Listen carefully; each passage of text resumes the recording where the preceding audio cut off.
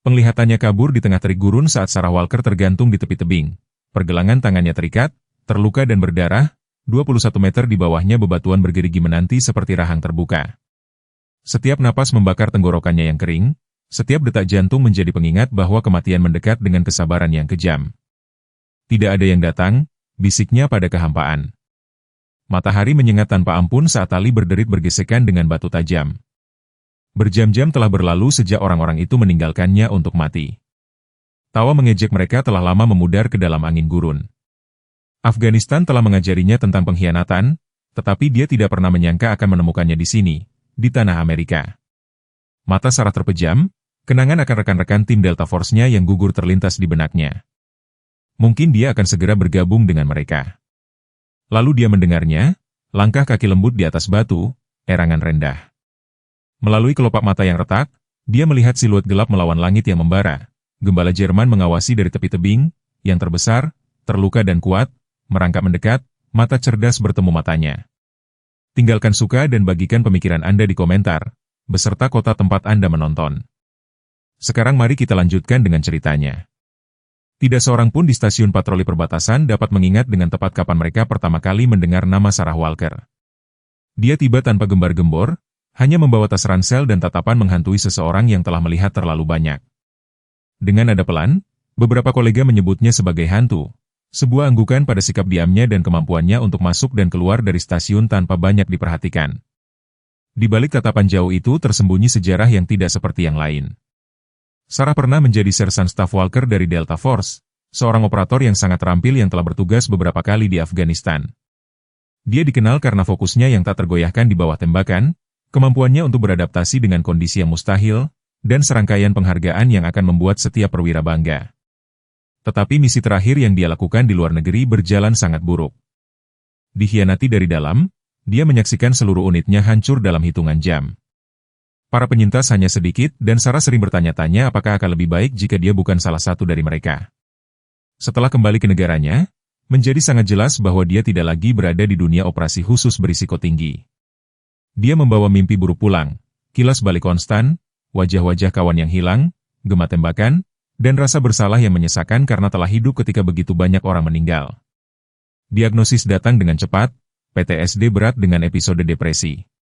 Para dokter militer merekomendasikan perawatan yang diperpanjang, tetapi Sarah melakukan satu-satunya hal yang menurutnya bisa dia lakukan. Dia menarik diri dari hiruk-pikuk kehidupan kota, menghindari keramaian, lampu terang, dan harapan tinggi. Ketika sebuah kesempatan muncul untuk bergabung dengan patroli perbatasan AS di gurun selatan Arizona, dia menerima tanpa ragu-ragu. Alasannya sederhana, di daerah terpencil ini, jika orang meninggal, itu tidak direduksi menjadi statistik administratif yang menghilang di antara laporan yang tak terhitung jumlahnya. Ini adalah kehidupan manusia nyata. Tidak ada ilusi, tidak ada penutupan. Di luar di gurun, kebenaran itu sama kerasnya dengan matahari yang tak henti-hentinya.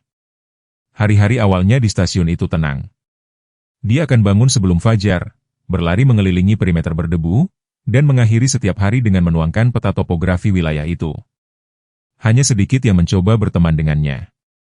Dia jarang berbicara kecuali diajak bicara, dan ada semacam finalitas dalam ekspresinya yang memberitahu orang lain untuk tidak mengorek. Namun, atasannya, James Miller, tidak memiliki keluhan tentang profesionalismenya, meskipun matanya mengikuti gerakannya dengan minat yang meresahkan. Suatu pagi, Supervisor Miller memanggil Sarah ke kantornya yang sempit. Suaranya luar biasa lembut, seolah mencoba menjaga percakapan tetap pribadi. Dia berdiri dengan punggung lurus, mengabaikan derit kursi kulit usang. Ketika Miller memberi isyarat agar dia duduk, dia memilih untuk tetap berdiri. Ada rute di Red Rock Canyon, Miller memulai. Kami telah mendengar beberapa obrolan aneh tentang kemungkinan pergerakan di daerah itu. Tidak ada yang pasti, hanya rumor. Mungkin penyelundup, mungkin tidak ada apa-apa. Apakah Anda pikir Anda bisa memeriksanya sendiri? Sarah mengangguk singkat. Patroli solo hampir bukan tugas yang tidak biasa baginya. Dia sebenarnya lebih menyukainya bebas dari obrolan dan tebakan kedua yang sering datang dengan misi yang bermitra. Miller menatapnya dengan tajam. Itu panggilan Anda, Walker. Anda bisa menunggu bantuan jika Anda mau. Dia mempelajari wajahnya. Sesuatu dalam nadanya terasa aneh, tetapi dia mengabaikannya. Saya baik-baik saja sendiri, katanya tegas, suaranya rendah. Beri saya peta yang diperbarui dan informasi intelijen yang Anda miliki. Setengah jam kemudian dia memasang perlengkapannya ke kendaraan patroli siap gurun. Matahari nyaris tidak membersihkan cakrawala, namun udara sudah membawa janji panas yang brutal. Dia mengepakkan tin, karabin M4 dengan laras pendek, senjata samping di pinggangnya dan tas kecil berisi teropong, magasin tambahan dan radio satelit untuk komunikasi darurat. Saat dia pergi menuju Red Rock Canyon, angin gurun menerpa pipinya, dia merasakan rasa tenang yang aneh. Kekosongan tanah mencerminkan kekosongan yang telah lama dia bawa di dalam. Red Rock Canyon terkenal di kalangan patroli perbatasan karena medannya yang tak kenal ampun, formasi batuan bergerigi, bukit pasir tak berujung yang bergeser, dan lembah-lembah tempat angin yang membakar menyapu debu menjadi spiral yang memukau. Wilayah itu sulit dilalui kendaraan, yang membuatnya ideal untuk pedagang manusia yang mencari rute tersembunyi. Sarah telah diberi pengarahan pagi itu tentang kemungkinan pergerakan yang mencurigakan, tetapi rinciannya jarang, hanya rumor tentang jejak kaki atau bekas ban yang menghilang di antara bukit pasir. Dia menghabiskan beberapa jam pertama untuk mencari dari satu titik pandang ke titik pandang lainnya. Tidak ada yang bergerak, kecuali rubah gurun sesekali atau elang yang menunggangi termal tak terlihat. Radio berderak sekali atau dua kali dengan pembaruan stasiun, tetapi semuanya terdengar rutin. Dia memarkir kendaraannya di dekat sisa-sisa pos pasokan tua, hanya beberapa lembaran logam berkarat dan tempat penampungan yang runtuh yang mungkin pernah menampung tong air atau ransum dasar. Saat Sarah bergerak masuk, dia melihat jejak kaki di pasir, tidak segar, tetapi juga tidak sepenuhnya terkikis oleh angin. Dia berjongkok rendah, menjalankan jari-jari bersarung tangannya di atas lekukan. Mereka tampak seperti jejak sepatu bot, mungkin 3 atau 4 pasang menuju lebih dalam ke semak. Lonceng alarm berbunyi di benaknya, tetapi dia tidak dapat memastikan apakah mereka adalah kartel atau hanya pengembara lokal. Dia memutuskan untuk menyelidiki lebih lanjut. Saat-saat berikutnya terjadi begitu cepat sehingga kabur. Dia berbalik untuk mengambil kendaraannya, hanya untuk merasakan pukulan tajam menghantam bagian belakang tengkoraknya. Kilatan putih meledak dalam penglihatannya. Lututnya menekuk. Pikiran terakhirnya yang sadar adalah keterkejutan karena lengahnya penjagaannya. Lalu kegelapan menelannya. Ketika dia membuka matanya, Sarah mendapati dirinya berlutut, lengan terikat dengan menyakitkan di belakangnya, dilucuti senjata dan perlengkapannya. 3 pria bertopeng berdiri di dekatnya, berbicara bahasa Spanyol dengan nada mengejek yang terpotong-potong. Dia melihat sekilas M4 dan senjata sampingnya dibuang ke samping.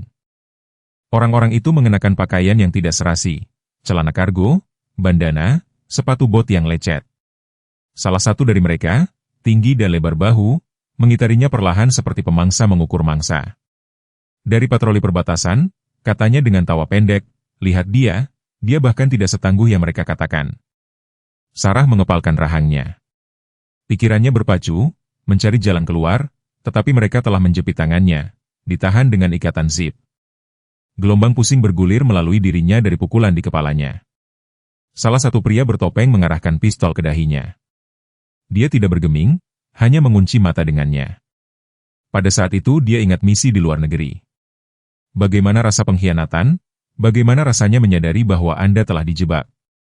Namun dia juga ingat bahwa dia telah melewati itu dan, karena alasan yang masih belum sepenuhnya dia pahami, dia berniat untuk melewati ini juga. Pria jangkung itu, tampaknya pemimpin mereka, mengulurkan tangan dan mendorong pistol ke bawah. Tidak, katanya dalam bahasa Spanyol, menembaknya akan terlalu mudah dan terlalu berisik. Dia berbicara dengan tenang yang diperhitungkan yang membuat darah Sarah menjadi dingin. Kami ingin dia pergi. Tidak ada tubuh untuk ditemukan, tidak ada peluru untuk dilacak.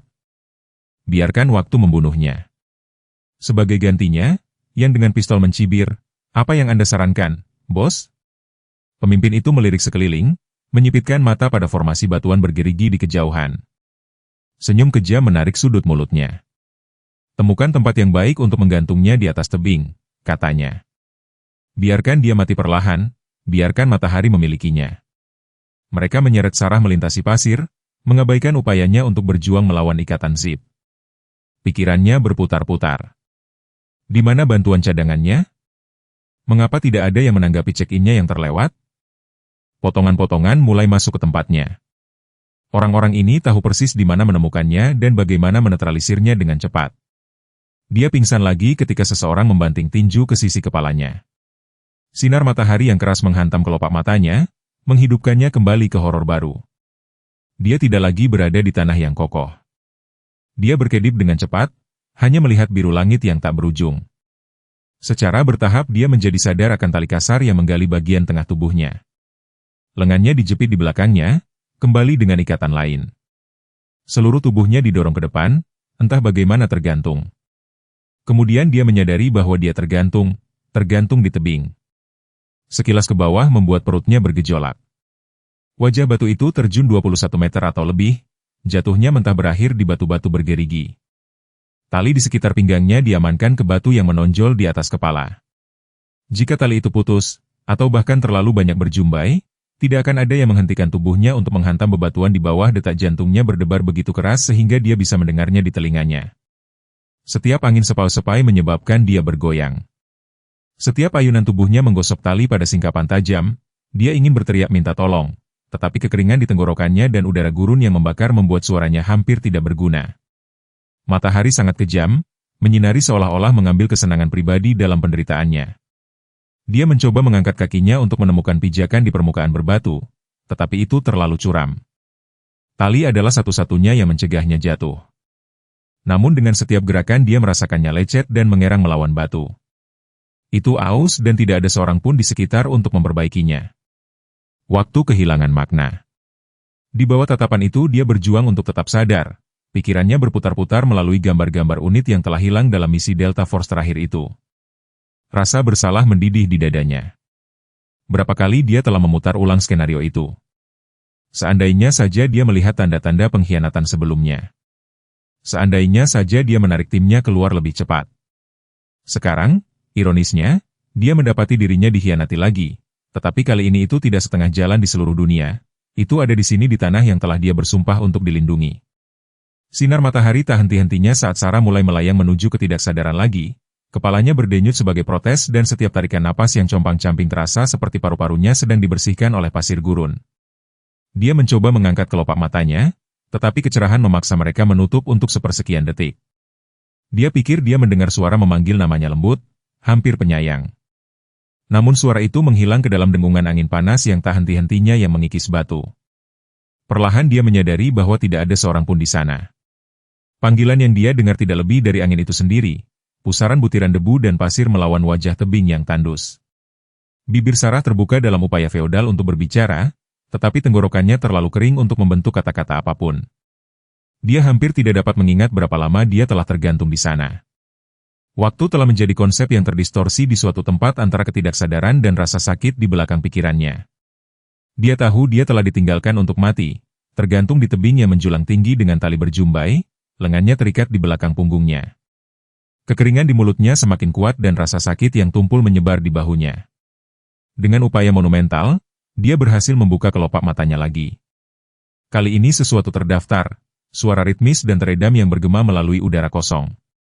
Itu mengingatkannya pada langkah kaki yang jauh, tetapi sedikit tidak teratur, setiap langkah disertai dengan suara gesekan samar.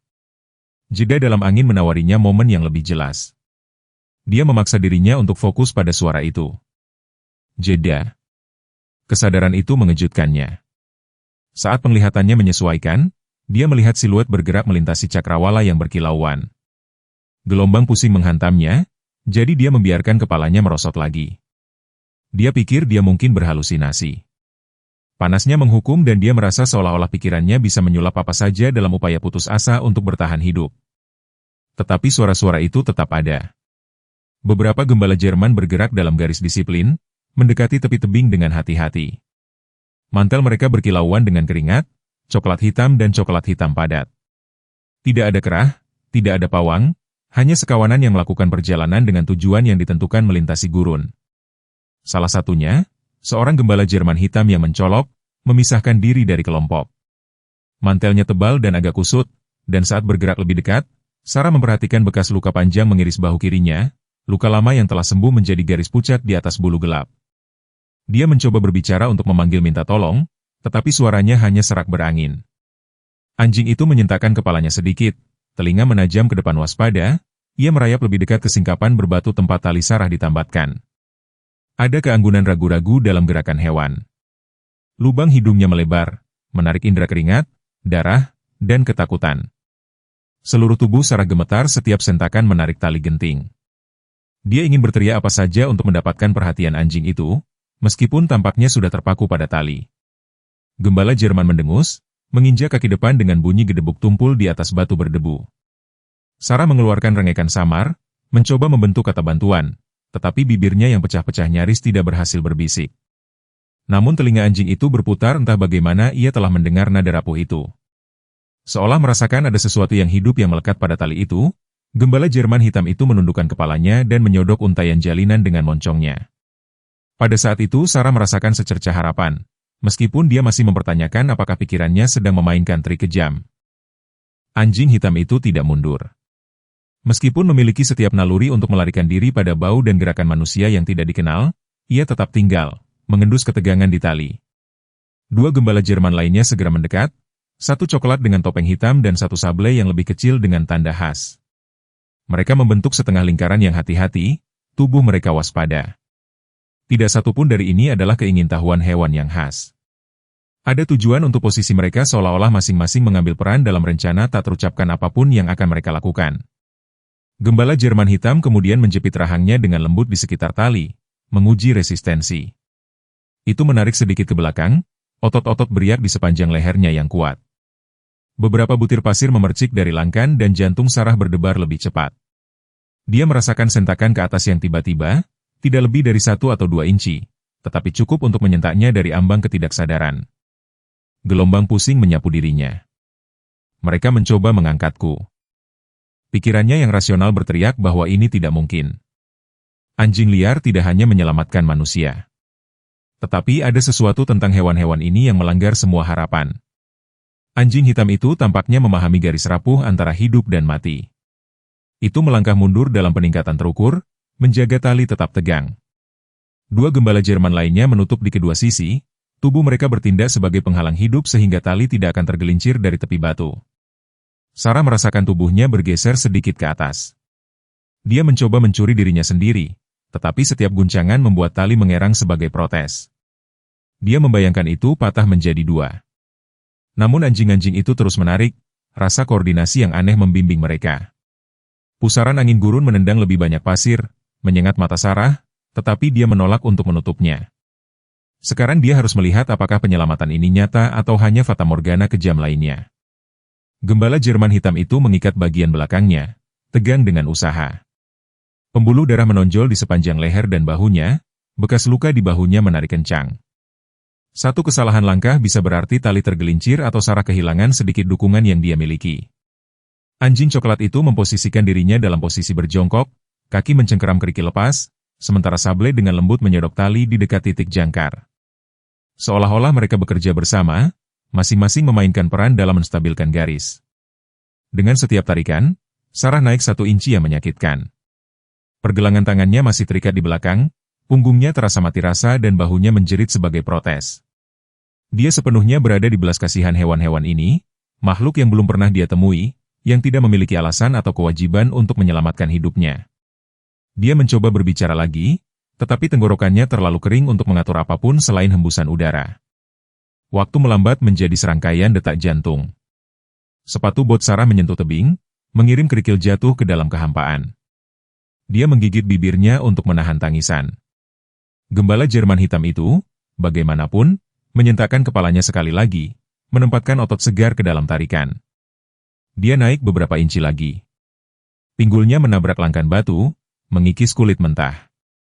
Jika bukan karena adrenalin yang melonjak melalui nadinya, dia mungkin pingsan karena rasa sakit.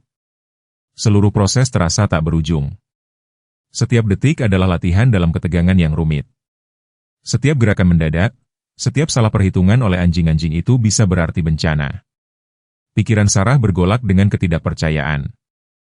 Hewan seharusnya tidak melakukan ini. Bahkan anjing yang terlatih dengan baik mungkin ragu untuk terlibat dengan sesuatu yang begitu genting. Namun ini adalah gembala Jerman liar, setidaknya sejauh yang dia tahu, tanpa kerah atau tag yang terlihat. Jika ada yang mengatakan kepadanya hal seperti itu akan terjadi, dia akan menganggapnya sebagai legenda yang dibesar-besarkan. Gembala Jerman hitam itu menundukkan kepalanya lagi, menarik dengan upaya terkonsentrasi yang membuat otot senuainya beriak di bawah mantel. Gelombang ketegangan terakhir dan Sarah merasakan kakinya mengikis selangkan. Dia mengeluarkan embusan napas gemetar, memperhatikan untuk pertama kalinya betapa dekatnya dia dengan puncak. Dia menendang dengan lemah, mencari pijakan yang stabil. Inci demi inci, dia merasakan tubuhnya membersihkan tepi tebing. Tiba-tiba, tubuhnya berada di atas bibir batu. Dia tidak lagi tergantung di udara. Sesaat kemudian dia jatuh ke langkan dengan terengah-engah wajah ditekan terhadap batu kasar. Seluruh tubuhnya bergetar tak terkendali karena kelelahan, karena ketakutan, karena rasa terima kasih yang tak terucapkan. Tali itu masih kencang di sekitar pinggangnya, tetapi sekarang kendur. Dia akhirnya berada di tanah yang relatif kokoh. Dia menutup matanya, mengeluarkan isak tangis lega. Dia ingin bernapas, tetapi itu datang dalam semburan compang-camping. Setiap napas adalah perjuangan. Gembala Jerman menyeret pergi beberapa langkah, seolah memberinya ruang. Ketika Sarah memaksa matanya terbuka lagi, dia melihat mereka berdiri tidak jauh, kepala, telinga tinggi, waspada. Selama beberapa saat yang bisa dilakukan Sarah hanyalah berbaring di sana di tubuh batu, gemetar bau darah dan keringat menempel di pakaiannya. Pergelangan tangannya masih diikat bersama di belakang punggungnya. Dia perlu membebaskan mereka, tetapi pertama-tama dia membutuhkan kekuatan untuk duduk. Paru-parunya terbakar. Anggota tubuhnya terasa seperti bukan miliknya. Namun pengetahuan bahwa dia masih hidup mendorongnya maju, 1 inci pada satu waktu. Dia menyeret dirinya sendiri sampai dia duduk bahu menjerit kesakitan. Gembala Jerman hitam, orang yang menarik tali, melangkah maju melawan silau keras matahari siang. Itu tampak hampir diukir dari obsidian. Bekas luka lama di bahunya adalah pengingat yang jelas bahwa ia juga telah selamat dari sesuatu. Begitu Sarah merasakan gelombang empati yang tidak pernah dia bayangkan bisa dirasakan untuk seekor hewan yang baru dia kenal kurang dari 1 jam. Itu berhenti beberapa kaki jauhnya, menatapnya dengan mata besar dan cerdas. Tidak ada agresi dalam sikapnya, hanya kedalaman diam, seolah-olah menilai manusia yang babak belur di depannya. Sarah menelan ludah, merasakan kekeringan di mulutnya. Dia berpikir kembali ke hari-harinya di Delta Force. Betapa jarangnya dia melihat altruisme murni di zona perang. Dan inilah gembala Jerman ini, seekor anjing yang tidak berutang apapun padanya namun baru saja menyelamatkan hidupnya. Suara Sarah berderak karena kekeringan, membuat setiap kata menjadi kerja keras. Tetapi dia memaksa mereka keluar. Kamu menyelamatkanku, kamu tidak harus. Pikirannya meraba-raba nama, sesuatu yang mungkin menangkap esensi makhluk ini. Pandangannya tertuju pada kilau gelap mantelnya, begitu hitam sehingga tampak menyerap cahaya gurun. Ada kedalaman, kekuatan tenang dalam warna itu. Bayangan, bisiknya. Itu namamu sekarang. Bayangan, kata itu menggelinding dari lidahnya dalam bisikan serak. Dia bahkan tidak yakin anjing itu mendengarnya, apalagi peduli. Tetapi entah bagaimana rasanya benar. Bayangan, ulangnya, kali ini sedikit lebih keras. Gembala Jerman memiringkan kepalanya sedikit. Telinga berkedut, Sarah bersumpah itu mengerti. Dengan tangan gemetar, dia mengulurkan tangan ke depan, mengabaikan rasa sakit yang menjerit di pergelangan tangannya. Anjing itu menekuk lehernya, menjembatani celah itu, dan membiarkan ujung jarinya menyentuh moncongnya yang hangat. Napasnya keluar dalam embusan pendek dan beruap ke kulitnya, mengejutkannya dengan kehangatannya. Sarah menghirup napas yang compang-camping, air mata membakar di sudut matanya. Dia tidak ingat kapan terakhir kali dia meneteskan air mata, bahkan setelah kehilangan rekan-rekan tim Deltanya. Dia telah mengubur kesedihan itu begitu dalam. Dibutuhkan pengalaman mendekati kematian dan belas kasihan seorang gembala Jerman liar untuk membawanya kembali menggelegak. Ini menghancurkan, katanya lagi, suaranya lebih mantap sekarang. Aku berutang segalanya padamu. Rengekan lembut lolos dari anjing itu, seolah mengakui kehadirannya tanpa rasa takut. 2 gembala Jerman lainnya melayang di dekatnya, mengawasi dengan hati-hati yang masih membawa sedikit rasa ingin tahu. Tidak satu pun dari mereka melesat, tidak satu pun yang berbalik. Momen ini terasa sakral, ditangguhkan dalam waktu antara panasnya gurun yang ganas dan ikatan tak berwujud yang sekarang terbentuk antara wanita dan anjing. Sarah membiarkan tangannya berada di mantel shadow. Sisi-sisi anjing itu naik dan turun dalam ritme yang tenang. Dia berpikir tentang bagaimana, dalam satu momen sinergi, hewan-hewan ini telah menunjukkan tingkat koordinasi dan empati yang menentang logika. Dia tidak memiliki ilusi tentang menjinakkan mereka. Itu lebih mirip kemitraan tak terucapkan yang lahir dari kebutuhan dan kepercayaan. Setelah beberapa detak jantung, Shadow melangkah mundur, memungkinkan jarak untuk tumbuh. Sekali lagi. Sarah menarik napas dalam-dalam, mencuri dirinya sendiri. Dia perlu memotong ikatan zip di sekitar pergelangan tangannya, mencari air, dan mencari tahu bagaimana keluar dari ngarai terpencil ini. Tetapi rasa sakit di dadanya mengatakan kepadanya bahwa sesuatu yang mendalam telah berubah. Dia tidak sendirian lagi. Tidak sepenuhnya. Sepotong alam liar telah mengklaimnya, sama seperti dia telah memberi gembala Jerman sebuah nama. Saat dia melihat sekeliling, gurun membentang acuh tak acuh dan mencolok. Matahari belum selesai, membakar tanah, dan predator masih mengintai di bayang-bayangnya, baik hewan maupun manusia. Dia terluka, dehidrasi, dan tidak memiliki sarana pertahanan langsung. Namun, mustahil, dia telah diberi kesempatan kedua dalam hidup oleh makhluk yang tidak berutang apapun padanya. Dia mengumpulkan senyum gemetar. Kadang-kadang, penyelamatan datang dari tempat terakhir yang diharapkan siapapun, pikirnya, dan mungkin itulah pelajaran yang dia butuhkan setelah bertahun-tahun berperang dan pengkhianatan. Bahwa bantuan dapat tiba dalam bentuk yang bahkan tidak pernah dia bayangkan. Sarah berbaring diam di dataran tinggi berbatu, denyut nadinya berdenyut di telinganya, darah kering menempel di lengannya, di mana luka dangkal menolak untuk berdetak dengan benar dalam panas gurun yang tak henti-hentinya. Bibirnya pecah-pecah dan rapuh, dan setiap napas yang dia ambil terasa seperti perjuangan melawan kawat berduri tak terlihat yang mengencang di sekitar paru-parunya. Kelangsungan hidup hari itu datang dengan biaya, dan tubuhnya dengan cepat menyerah pada kelelahan dan rasa sakit yang telah dia tahan. Shadow, gembala Jerman hitam dengan bekas luka pucat di bahunya, berdiri hanya beberapa kaki jauhnya. Mantel gelapnya berkilauan di bawah sinar matahari, setiap otot terdefinisi saat ia menggeser berat badan dari satu kaki ke kaki lainnya. Anjing itu menepuk-nepuk ringan tanah dengan kaki depannya, seolah tidak sabar atau khawatir. Ketika Sarah menoleh untuk melihatnya, dia memperhatikan bagaimana telinga Shadow berkedut ke arah utara, arah pos patroli perbatasan terdekat. Seolah-olah anjing itu merasakan bahwa di suatu tempat di seberang bukit pasir terletak apa yang Sarah butuhkan, bantuan manusia, air, persediaan medis, dan keselamatan.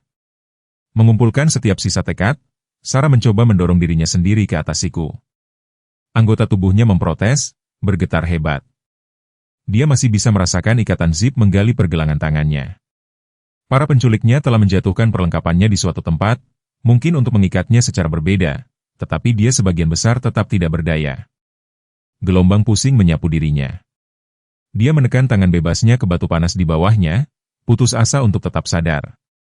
Shadow mengawasi dengan tenang, lalu mengambil langkah maju. Luar biasa. Gembala Jerman itu menurunkan tubuhnya, miring dekat ke tanah, maksudnya tak salah lagi, Anda ingin saya memanjat punggung Anda. Sarah berbisik tak percaya. Anjing itu tetap dalam sikap merendah itu, sesekali menjentikan telinga pada lalat gurun. Sarah tidak memiliki kekuatan atau waktu untuk mempertanyakannya lebih lanjut. Jika dia ingin bertahan hidup, dia perlu bergerak. Tubuhnya menuntut air, naungan, dan perhatian medis yang tepat. Mengertakkan giginya, dia merangkak mendekat ke anjing itu. Aksi itu terasa seperti menempuh bermil-mil jauhnya. Setiap inci diraih melalui rasa sakit yang luar biasa.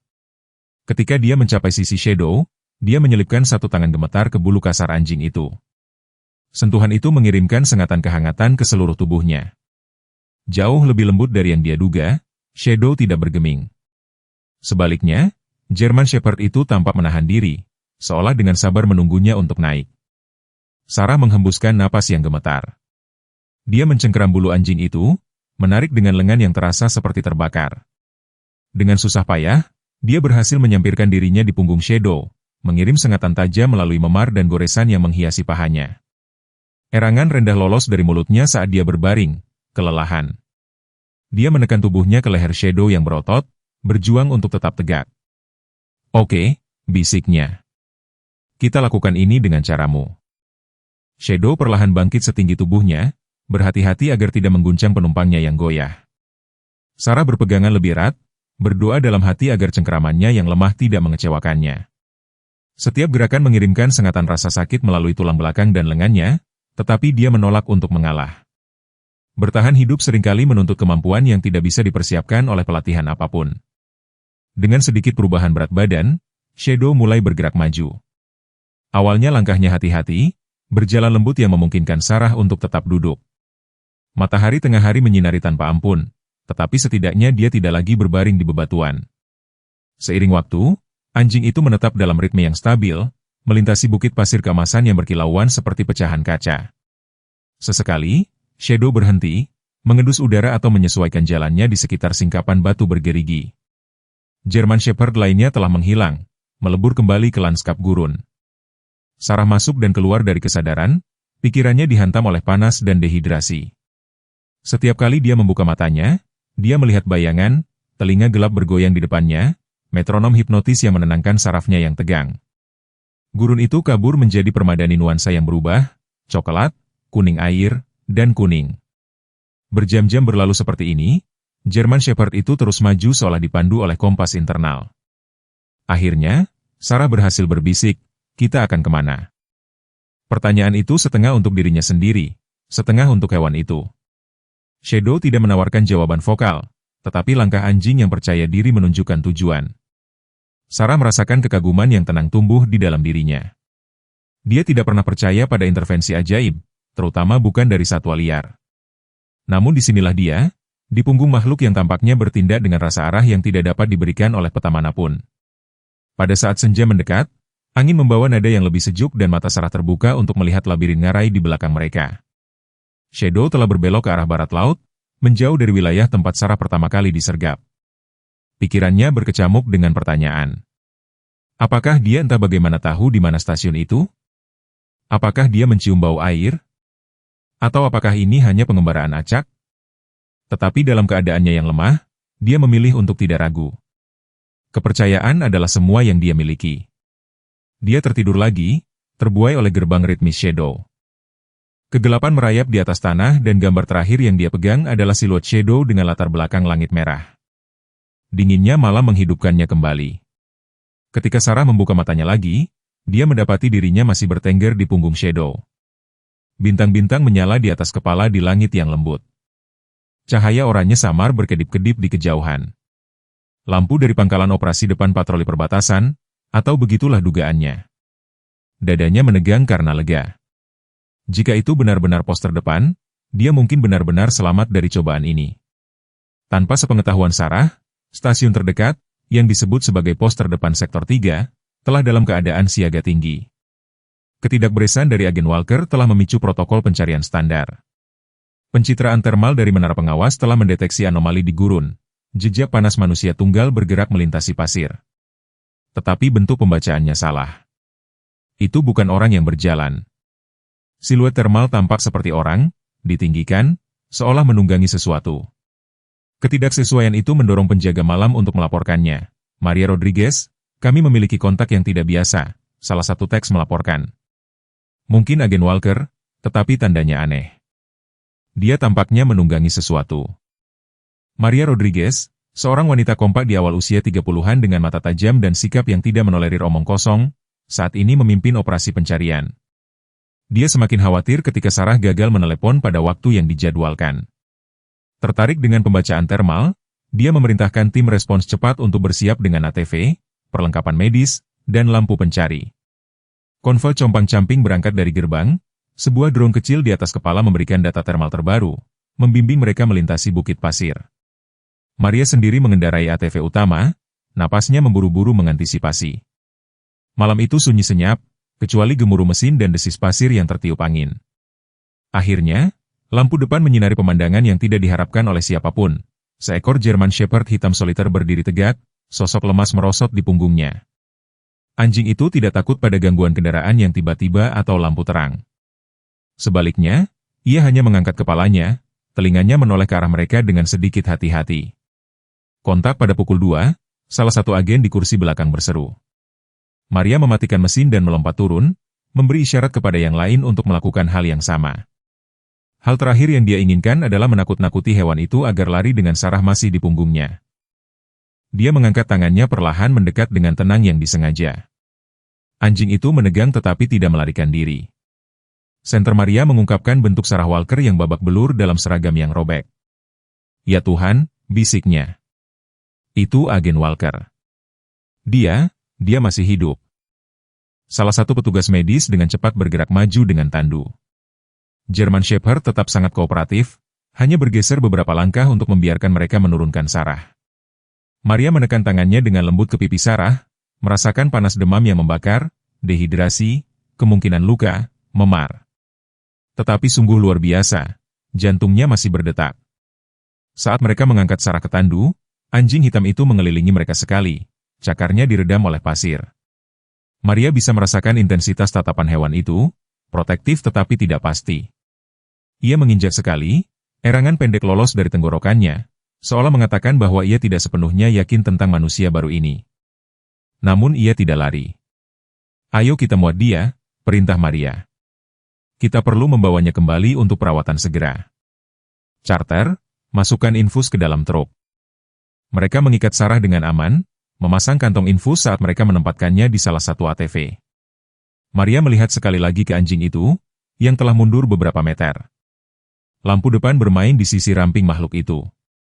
Pikiran Maria berputar-putar pada gagasan bahwa seekor German Shepherd mungkin telah membawa Sarah sejauh ini. Sebelum mereka pergi, anjing itu mengangkat moncongnya, mengeluarkan gonggongan pendek dan tajam. Suara itu bergema dalam kegelapan hampir seperti perpisahan, dan kemudian berakhir tiba-tiba seolah-olah puas bahwa Sarah sekarang aman. Kembali di pos terdepan, Sarah dilarikan ke ruang medis di tempat. Dokter mengkonfirmasi dehidrasi parah, sengatan panas, dan berbagai lecet, tetapi, melawan segala rintangan, tidak ada cedera yang mengancam jiwa. Dia akan membutuhkan istirahat, cairan, dan waktu untuk menyembuhkan. Setelah memasangnya ke infus dan menstabilkan tanda-tanda vitalnya, staf medis membiarkannya hanyut ke dalam tidur yang kelelahan. Maria berdiri di luar rumah sakit mengintip melalui jendela. Dia sendiri kelelahan tetapi terdorong untuk tetap tinggal. Sesuatu di tepi penglihatannya membuatnya berbalik. Di sana, di dekat pagar rantai, di dekat area parkir, berdiri German Shepherd hitam yang sama. Matanya menangkap lampu sorot keras pos terdepan, namun ia tidak bergeming atau berpaling. Ia telah mengikuti mereka. 1 jam berlalu, lalu 2. Tengah malam bergulir menjadi keheningan yang tenang. Agen yang sedang istirahat berjalan di luar untuk menyelidiki pengunjung yang tidak biasa itu. Beberapa mencoba mendekat dengan segenggam makanan anjing atau tempat air. Anjing itu mundur beberapa langkah setiap kali, tetapi tidak pernah melarikan diri dari tanah sepenuhnya. Ia hanya mengunci tatapannya pada pintu rumah sakit seolah menunggu tanda atau orang. Maria akhirnya mendekat, hati-hati tetapi penasaran, menjaga posturnya tidak mengancam. "Dari mana kamu berasal?" gumamnya. Anjing itu menggaruk kerikil, lalu terdiam. Bahasa tubuhnya tidak menunjukkan agresi langsung, tetapi juga tidak menerima siapapun kecuali wanita yang telah ia bawa ke sini. Saat fajar tiba, ia tidak makan atau berkeliaran. Rumor menyebar melalui pos terdepan bahwa seekor anjing hantu berjaga untuk agen Walker. Beberapa menertawakannya sebagai cerita yang berlebihan, yang lain memberanikan diri keluar untuk melihatnya dengan mata kepala sendiri. Setiap orang pulang dengan takjub. Maria, yang telah menghabiskan bertahun-tahun melatih unit K9 sebelum bergabung dengan patroli perbatasan, mengenali ikatan yang menentang penjelasan standar. "Saya telah bekerja dengan banyak anjing yang tidak mematuhi siapapun kecuali pawang mereka," jelasnya kepada kepala pos terdepan. "Tapi ini berbeda. German Shepherd ini tidak di sini karena telah dilatih atau dibesarkan oleh manusia. Ia memilih untuk berada di sini untuknya." Pada siang hari Sarah akhirnya sadar cukup untuk berbicara. Seorang perawat melayang, bertanya apakah ada orang yang harus mereka hubungi, kerabat dekat, teman, seorang perwira atasan. Tetapi suara Sarah hampir tidak terdengar, bibirnya masih pecah-pecah. Ketika perawat itu mencondongkan tubuh, dia mendengar satu kata, "Shadow." Pada saat yang sama, German Shepherd hitam yang masih berlama-lama di luar jendela mengeluarkan erangan lembut, afirmasi aneh, seolah-olah ia merasakan bahwa orang yang telah ia selamatkan memanggil namanya. Staf pos terdepan saling bertukar pandang tidak percaya. Ini bukan cerita penyelamatan biasa. Sesuatu yang luar biasa mengikat nasib agen patroli perbatasan yang babak belur itu dan German Shepherd liar yang menunggu tanpa goyah di bawah matahari Arizona. Sarah Walker masuk dan keluar dari kesadaran selama hampir 2 hari penuh setelah dia pingsan. Setelah kembali ke pos terdepan, tim medis di pos terdepan sektor 3 bekerja tanpa lelah untuk menstabilkannya, memberikan cairan intravena, oksigen, dan antibiotik untuk melawan timbulnya infeksi dari luka gurunnya. Seorang perawat kemudian mengaku kepada agen Maria Rodriguez bahwa pada beberapa titik kondisi Sarah telah seimbang di ujung pisau. Sementara Sarah berjuang untuk hidupnya, Shadow telah berjaga tepat di luar pagar rantai, menolak untuk pergi. Ketika Sarah akhirnya bangun dengan benar, dia mendapati dirinya berbaring di ranjang di dalam rumah sakit kecil tapi dilengkapi dengan baik. Lampu overhead putih berdengung lembut dan saluran infus meluncur turun dari kantong garam ke lengannya. Seluruh tubuhnya sakit, pengingat akan pukulan ganas yang diberikan gurun kepadanya. Berkedip untuk menjernihkan kabut, dia disambut oleh tatapan khawatir Maria Rodriguez, yang duduk di kursi lipat logam, ditarik dekat ke sisi tempat tidur Sarah. "Agen Walker," kata Maria lembut. "Bisakah kamu mendengarku?" Sarah menelan ludah. Mulutnya masih terasa kering, tapi setidaknya itu bukan kekeringan gurun yang membakar yang pernah mengancam akan mencekik hidupnya. Dia mengangguk perlahan, berhati-hati agar tidak mengguncang kepalanya yang berdenyut. "Air," gumam Sarah. Maria mengeluarkan cangkir plastik dengan sedotan, membantu Sarah mengambil tegukan kecil dan hati-hati. Rasa pertama air dingin tidak kurang dari keajaiban. Setiap tegukan membakar tenggorokannya, namun itu adalah rasa sakit yang diwarnai dengan kelegaan. Dia menutup matanya, bersyukur masih hidup. Setelah 1 menit dia menghembuskan napas, suaranya masih serak, "Shadow." Seketika rasa geli menyentuh wajah Maria. Dia mengangguk ke arah jendela. "Dia masih di sini," katanya pelan. "Tidak pergi sejak kami membawamu masuk." Sarah mengeluarkan napas gemetar, hanya setengah percaya bahwa German Shepherd itu tetap tinggal. Sejujurnya, dia tidak sepenuhnya yakin apakah ingatan menunggangi Shadow melintasi bukit pasir itu nyata atau halusinasi demam, tetapi kelembutan di mata Maria menunjukkan itu semua benar. Dia mencoba mengangkat dirinya dengan satu siku, tetapi Maria meletakkan tangan di bahunya. "Tenang saja," saran agen itu. "Tubuhmu telah melewati neraka. Kamu hampir mati di luar sana." "Rasanya begitu," gumam Sarah, meskipun kelelahan, satu pertanyaan membara muncul di benaknya. "Siapa? Siapa yang mengizinkan rute patroli itu?" tanyanya, ekspresinya menegang. "Ngarai Batu Merah." "Mengapa saya dikirim keluar sendirian?" Maria bersandar di kursi, menyilangkan lengannya. "Kami berharap kamu bisa memberitahu kami," jawabnya hati-hati. "Kamu ditugaskan rute oleh kantor Supervisor Miller, sejauh yang kami lihat." "Miller?" Sarah mengulangi, nadanya berubah suram. Dia menyerahkan peta yang diperbarui itu kepadaku secara pribadi. Dia menekan bibirnya, mengingat bagaimana peta itu berbeda dari referensi biasanya. Pada saat itu dia hanya menganggapnya sebagai revisi standar. "Saya perlu melihat catatan resmi," desaknya. "Semua daftar tugas, tanda tangan, semuanya." Maria mempelajari wajah Sarah, melihat urgensi membara di balik matanya dan mengangguk perlahan. "Aku akan mengambilnya," katanya. "Tapi kamu benar-benar harus istirahat, setidaknya selama beberapa jam." Sarah mengabaikan saran itu. Istirahat adalah kemewahan yang tidak mampu dia bayar, tidak ketika dia menduga dia dijebak. Selama bertahun-tahun dia telah berjuang melawan mimpi buruk pengkhianatan dari hari-harinya di Delta Force. Sekarang, tampaknya, pengkhianatan telah menemukannya lagi, kali ini di dalam koridor berdebu patroli perbatasan. Meskipun kondisinya lemah, Sarah segera mendapati dirinya disanggah oleh bantal, memindai serangkaian berkas cetak yang tersebar di pangkuannya. Dengan setiap halaman, kerutannya semakin dalam. Catatan misi resmi menunjukkan namanya, dugaan tanda tangannya, dan stempel waktu yang menempatkan pengarahannya pada Selasa pagi sebelumnya. Namun gulungan di bagian bawah bukanlah tulisan tangannya.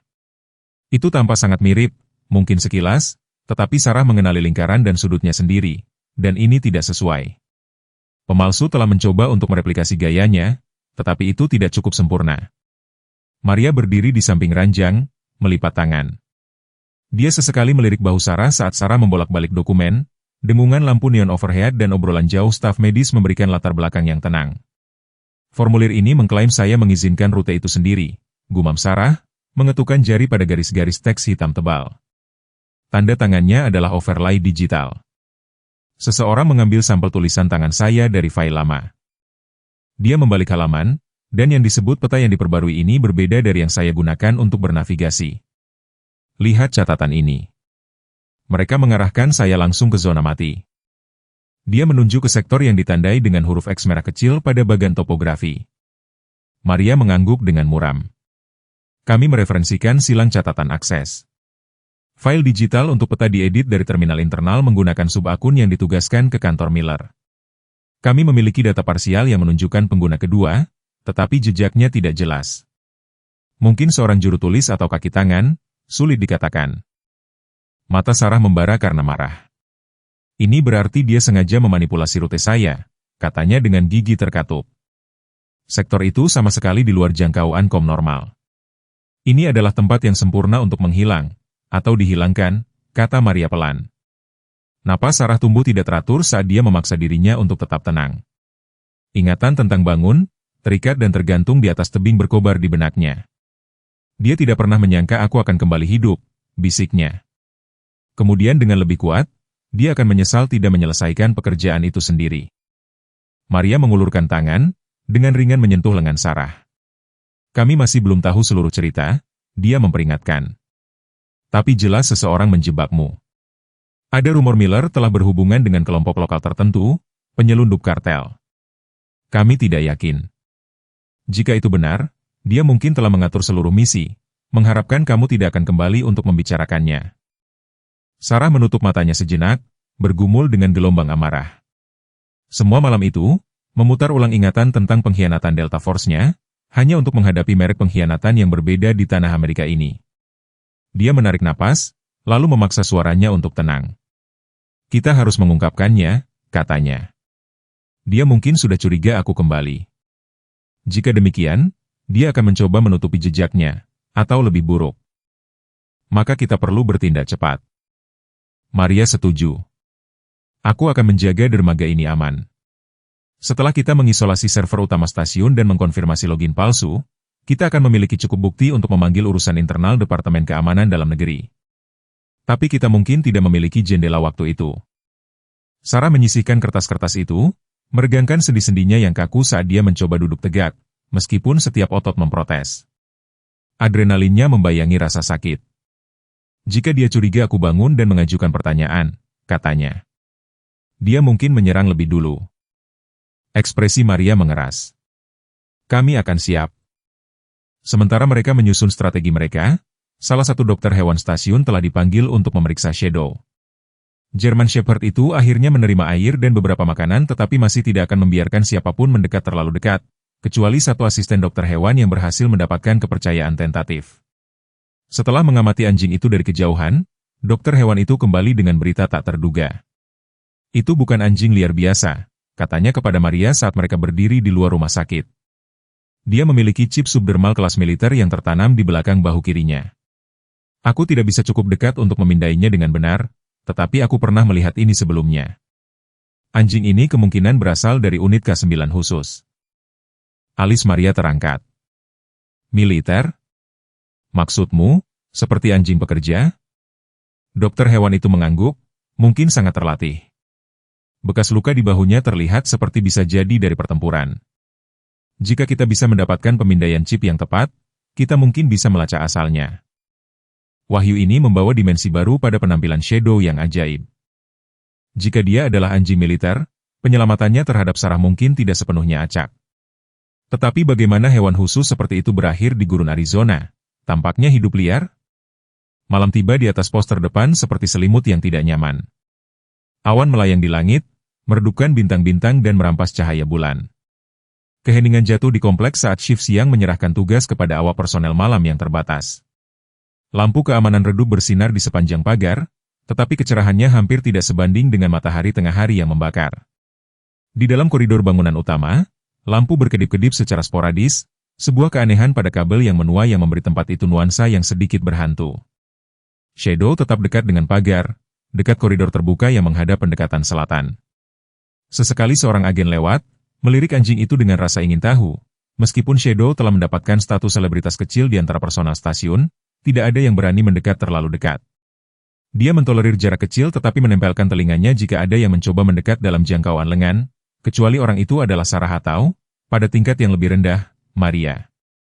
Sekitar tengah malam Sarah tidur gelisah di ranjang rumah sakitnya. Sisinya masih berdenyut dan berbagai memar di sepanjang tulang rusuknya membuat napasnya dangkal dan menyakitkan. Dia seharusnya tidur, tetapi setiap kali matanya tertutup, Ingatan tentang tergantung dari tebing itu kembali dalam kilatan tajam. Rasa pengkhianatan, bau ketakutan mentah, matahari yang membakar di wajahnya, mereka bertemu dalam mimpi setengah sadar yang memaksanya bangun lagi dan lagi. Dia menyangga dirinya dengan satu siku, memindai ruangan. Seorang perawat tetap di meja. Di luar, melalui jendela, dia melihat siluet Shadow, tidak bergerak seperti patung. Sesuatu tentang sikap anjing itu membuatnya khawatir, telinganya ke depan, otot-ototnya menegang. German Shepherd itu menatap ke dalam kegelapan, di luar jangkauan lampu sorot pos terdepan. Dia merasakan sesuatu yang tidak bisa kurasakan, pikir Sarah. Dia menggosok pelipisnya, berharap rasa sakit itu akan berhenti. Mungkin dia memproyeksikan kecemasannya pada anjing itu. Namun ketegangan di udara terasa nyata, seolah-olah gurun itu sendiri menahan napas. Pada pukul 1.32 pagi, seluruh pos terdepan jatuh ke dalam kegelapan. Setiap lampu padam secara bersamaan, hanya menyisakan cahaya samar dari tanda keluar darurat. Beberapa teriakan kaget bergema di koridor. Generator cadangan, yang seharusnya menyala dalam hitungan detik, tetap diam. Mata Sarah terbelalak saat dia menyadari stasiun itu sekarang buta. Tidak ada kamera, tidak ada kom eksternal, tidak ada pertahanan standar. Dari suatu tempat yang lebih dalam di gedung datang suara keras, lalu desis statis di radio yang terputus tiba-tiba. Perawat di luar pintu Sarah melompat berdiri, kebingungan terukir di wajahnya. Sebelum salah satu dari mereka bisa berbicara, mereka mendengar gonggongan serak bergema dari lorong yang mengarah keluar. Sarah mencoba berdiri, mengabaikan gelombang pusing. Perawat menyentuh bahu Sarah. "Kamu harus tetap di sini," katanya setengah panik. "Kami akan mencari tahu." Kata-katanya menghilang saat suara keras kedua bergema, kali ini dari dekat ruang penyimpanan teknis. Suara kaca pecah datang berikutnya. Insting bertahan hidup Sarah meraung hidup.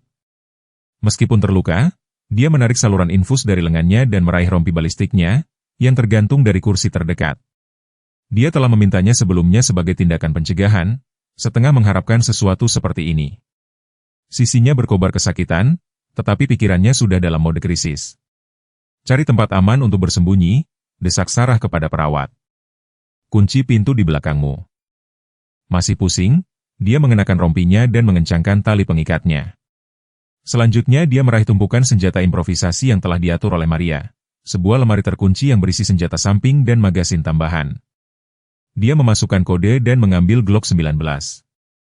Memeriksa kamar dengan jentikan pergelangan tangannya, di luar jendela kecil rumah sakit, gonggongan Shadow naik lagi, tangisan yang lebih tajam dan lebih mendesak, diikuti oleh suara cakar yang berebut di beton, jantung berdebar-debar. Sarah menyelinap ke koridor memindai kegelapan untuk gerakan. Lampu darurat memancarkan bayangan berkedip-kedip, mengecat dinding dengan warna merah dan kuning yang berubah. Di tengah lorong dia menemukan Maria berjongkok di belakang mesin penjual otomatis, senjata sampingnya sendiri ditarik. Agen memberi isyarat agar Sarah mendekat perlahan. Mereka mematikan daya dari hub utama, bisik Maria napasnya compang-camping. "Generator offline. Aku mendengar tembakan di dekat meja keamanan." "Ada ide berapa banyak?" tanya Sarah. Menekan punggungnya ke dinding, Maria menggelengkan kepalanya. "Setidaknya 4, mungkin lebih." Mereka masuk melalui gerbang selatan. Seseorang melenyapkan penjaga di sana. Sarah mengepalkan rahangnya. "Mereka di sini untukku, atau mungkin untuk bukti yang kita kumpulkan, atau keduanya," bisik Maria. Maria memimpin Sarah ke persimpangan di mana lorong itu terbagi menjadi dua arah. Satu mengarah ke ruang penyimpanan rumah sakit dan lemari komputer kecil, yang lain ke lobi utama. Dari sekitar sudut mereka melihat sekilas kilatan moncong. Sebuah peluru memantul dari ubin, mengirimkan pecahan lantai beterbangan. Maria membalas tembakan dalam ledakan singkat, memaksa para penyusup untuk mundur. Dia dan Sarah menunduk kembali di balik sudut. "Kita tidak bisa membiarkan mereka sampai ke server utama," desis Maria. "Di sanalah bukti disimpan." Pikiran Sarah berkecamuk. Para penyerang kemungkinan ingin menghancurkan jejak digital apapun yang dapat melibatkan Miller atau seluruh operasi mereka. "Aku akan menuju ke server," katanya, menelan ludah karena kekeringan di tenggorokannya. "Kamu coba amankan pintu masuk depan. Jika mereka menyudutkan kita, kita selesai." Maria mengangguk, melemparkan senter kecil ke Sarah. "Hati-hati," bisiknya. "Mereka bersenjata lengkap." Saat Sarah berjalan tertatih-tatih menuju ruang server, dia mendengar keributan dahsyat di luar. Membelok di tikungan, dia melihat pintu keluar samping yang mengarah ke halaman kompleks. Melalui kaca pintu dia melihat seorang pria dengan senapan serbu merayap di sepanjang perimeter mencari titik pandang. Sebelum Sarah bisa bertindak, sebuah bayangan meluncur dari kegelapan, Shadow menyerang dengan kecepatan penuh. German Shepherd itu meluncurkan dirinya ke arah pria bersenjata itu, rahangnya yang kuat menggigit lengan pria itu. Dampaknya memutar penyusup itu, senjatanya meledak tanpa hasil ke udara. Pria dan anjing itu jatuh dalam kekacauan anggota badan dan bulu. Perjuangan putus asa terjadi. Pelatihan Shadow terbukti dalam ketepatan serangannya, tidak mengincar leher, seperti yang mungkin dilakukan anjing liar, tetapi melumpuhkan lengan senjata dengan efisiensi taktis. Pria bersenjata itu berteriak kesakitan, mencoba melepaskan gembala itu, tetapi Shadow tetap kokoh, menggeram dalam-dalam. Akhirnya pria itu pingsan, baik karena kesakitan atau ketakutan, dan Shadow berdiri di atasnya. Bulu kuduknya terangkat, seorang penjaga memastikan mangsanya tetap terkurung. Sarah menyaksikan dengan tak percaya. Sosok kedua muncul, mengacungkan apa yang tampak seperti pistol setrum, tetapi setelah melihat mata liar Shadow dan lubang hidung yang lebar, dia membeku. German Shepherd itu mengalihkan perhatiannya, gemuruh rendah berasal dari dadanya. Pria itu mundur perlahan lalu berbalik untuk melarikan diri. Shadow tetap di posisinya, tampaknya memahami prioritasnya adalah menjaga penyerang yang jatuh. Anjing itu, bisik Sarah pada dirinya sendiri dengan kagum. Kemudian, mengingat misinya, dia memaksa perhatiannya kembali ke koridor, fokus, ruang server. Adrenalin mengalir melalui pembuluh darahnya sesaat, menumpulkan denyutan di tulang rusuknya. Membelok di tikungan lain, dia hampir bertabrakan dengan penyerang ketiga, seorang pria kurus mengenakan topeng ski mencengkeram pistol. Dia menembakkan tembakan yang mendesing melewati telinganya, kilatan moncong menerangi koridor dalam ledakan putih. Sarah jatuh berlutut, membalas tembakan. Tembakan keduanya mengenai bahunya, membuatnya berputar ke samping, mengerang kesakitan. Dia tersungkur di belakang deretan loker, pistolnya jatuh berdebam di lantai. Tersengal-sengal, Sarah bergegas maju, menendang pistol yang tergeletak itu menjauh. Dia melihat sekeliling, mencari ancaman lain, tapi lorong itu sunyi. Hanya suara tembakan yang samar-samar terdengar dari kejauhan, desisan statis radio, dan detak jantungnya sendiri yang berdebar kencang. Serangkaian tembakan cepat bergema dari sisi jauh kompleks, dekat lobi utama. Sarah menggenggam gloknya dan bergegas ke arah itu, mengabaikan protes otot-ototnya yang memar. Dia berbelok di tikungan terakhir dan melihat Maria terdesak di belakang meja logam yang terbalik. Percikan api menari-nari di lantai saat peluru menghantam logam dan lampu darurat di atas kepala berkedip-kedip, sebuah petunjuk baru bahwa seseorang telah memulihkan sebagian kecil daya. Tersembunyi di balik kaktus pot besar, seorang sosok di koridor menembak tanpa henti ke arah perlindungan Maria. Sarah menyipitkan mata, mencoba mengenali siapa penembaknya.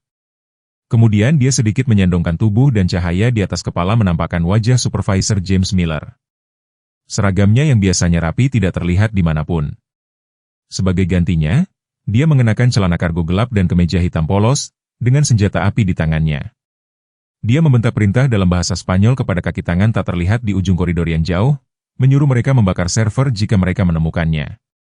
Maria mencoba tembakan penekan, tapi Miller menunduk di balik pilar, mencibir. Maria Rodriguez, panggilnya, suaranya penuh penghinaan. Sarah Walker, apakah kalian berdua masih hidup? Aku harus memperbaiki itu. Sarah merasakan denyut nadinya melonjak, kemarahan mengalahkan kehati-hatian. Dia merayap di sepanjang tepi dinding, mencoba mengapitnya. Dalam cahaya yang berkedip-kedip, dia bisa melihat wajah Miller berkerut karena frustrasi dan sedikit panik. Dia tidak mengharapkan perlawanan sengit seperti itu. Dia mungkin mengantisipasi infiltrasi yang mudah, sabotase catatan stasiun, penghapusan Sarah. Pada saat bala bantuan tiba, itu akan terlambat. Maria melirik ke bahunya, melihat Sarah mendekat.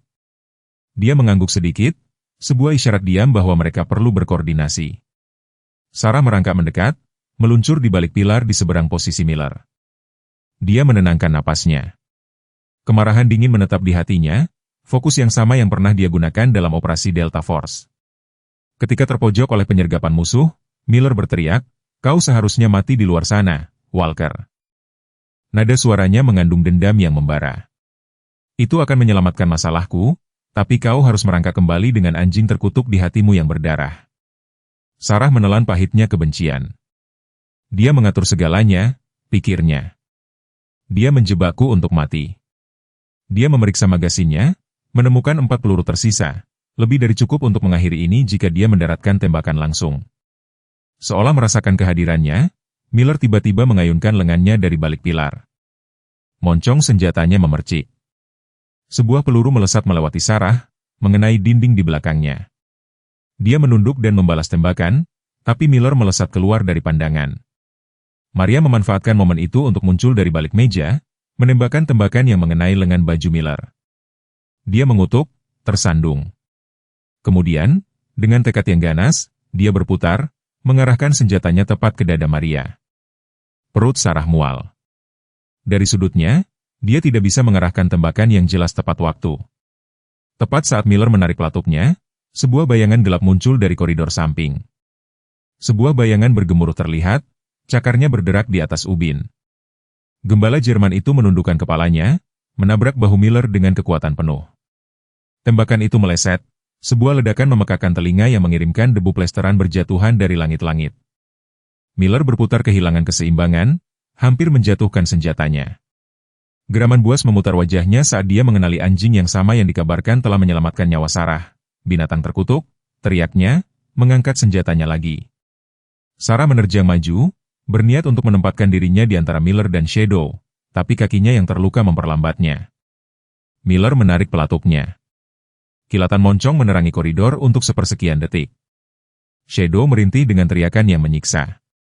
Sarah menyaksikan, ngeri, saat gembala Jerman itu menggigil, lalu terhuyung ke samping. Darah dengan cepat menggelapkan bulu hitam mengkilap di dekat pinggang kirinya.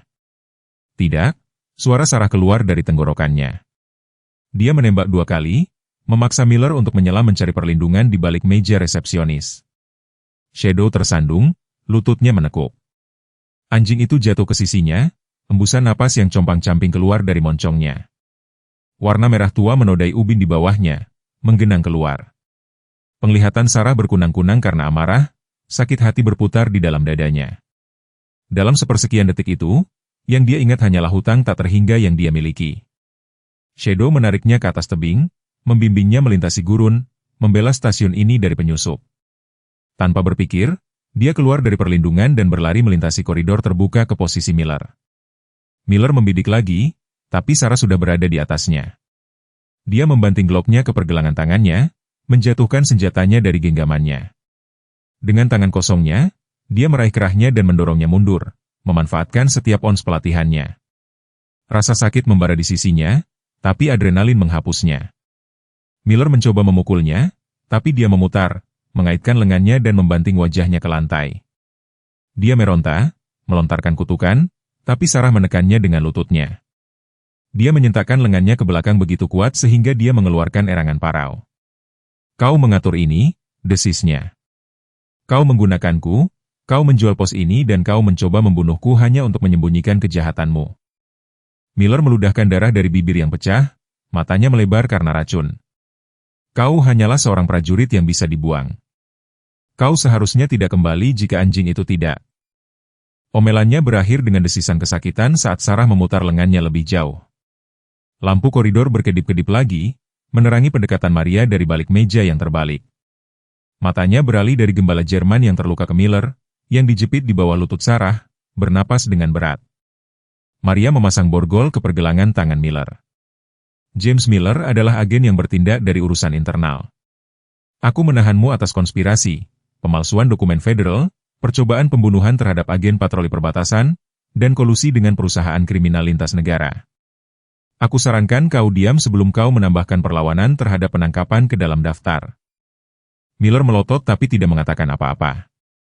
Maria dengan cepat menepuk-nepuk tubuhnya, mengambil satu set kunci dan drive thumb kecil dari sakunya. Aku pikir kita akan menemukan semua yang kita butuhkan di sini, katanya dengan muram. Baru kemudian Sarah melepaskan Miller, berguling darinya untuk terhuyung-huyung menuju Shadow. Gembala Jerman itu tergeletak terlentang, matanya setengah tertutup.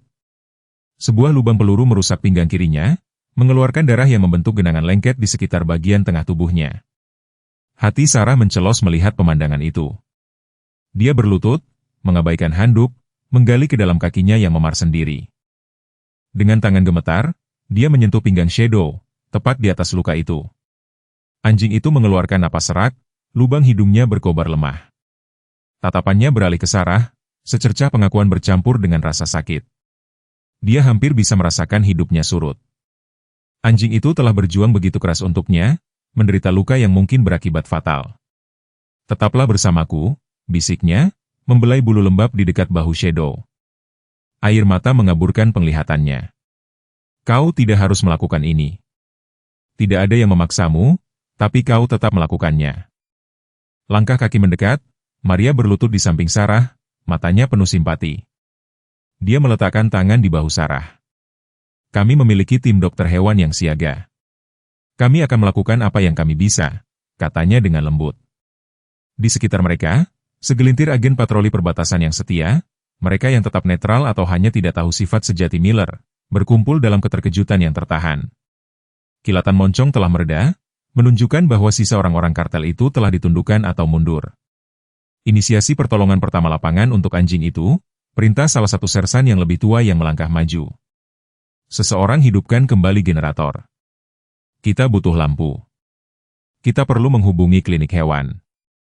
Sarah dengan lembut menimang kepala Shadow, membiarkan napas hangat anjing itu membasahi pergelangan tangannya. Dia ingat bagaimana mereka pertama kali bertemu, bagaimana tekad yang tak terhentikan itu telah menariknya kembali dari ambang kematian. Sekarang Shadow-lah yang terbaring di ambang kegelapan. Kau menyelamatkanku, bisiknya lagi, suaranya gemetar. Aku berhutang nyawa padamu 1000 kali lipat. Mata Catau berkedip-kedip, tanpa mengikuti gerakan tangan Sarah. Anjing itu menghembuskan suara yang hampir pasrah. Kemudian matanya tertutup, meninggalkan hati Sarah tergantung dalam ketakutan. Dia menekan dahinya ke leher lembab gembala Jerman itu, mengabaikan darah yang membasahi lengan bajunya.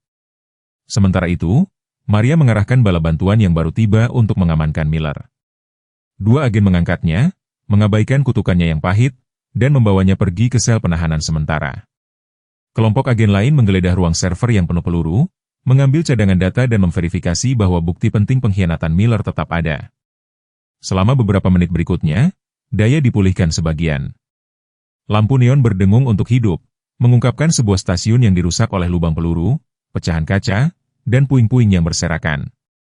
Ketenangan yang babak belur menetap di koridor tempat Sarah berlutut di sisi Shadow. Keheningan jatuh di antara mereka yang hadir, seolah secara kolektif menahan napas untuk anjing yang telah berjuang lebih gagah berani daripada anjing terlatih manapun yang pernah mereka lihat. Akhirnya, pasukan dokter hewan tiba bersenjatakan obat penenang, klem, dan paket bedah.